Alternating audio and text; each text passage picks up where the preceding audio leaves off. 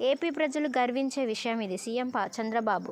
Steel plant కేంద్రం 11,440 కోట్ల package ప్రకటించడం చారిత్రాత్మక నిర్ణయమని సీఎం చంద్రబాబు అభివర్ణించారు. ఇది ఏపీ ప్రజలు గర్వించదగ్గ విషయమని అన్నారు. ఈ మేరకు ఆయన ప్రధాని మోదీ, కేంద్ర మంత్రులు నిర్మలా సీతారామన్, కుమారస్వామికి కృతజ్ఞతలు తెలిపారు.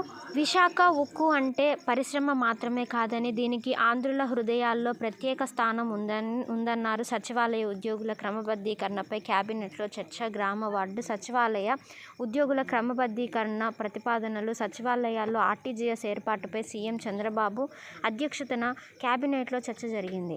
అటు నిషేధిత జాబితా నుంచి అక్రమంగా తొలగించిన భూములపై మంత్రుల కమిటీ ఏర్పాటు చేయాలని కేబినెట్ నిర్ణయించింది. వైసీపీ హయాంలో దాదాపు 7 లక్షల ఎకరాలను నిషేధిత జాబితా నుంచి తొలగించినట్లు ప్రభుత్వం గుర్తించింది. వాటిపై ప్రభుత్వానికి మంత్రుల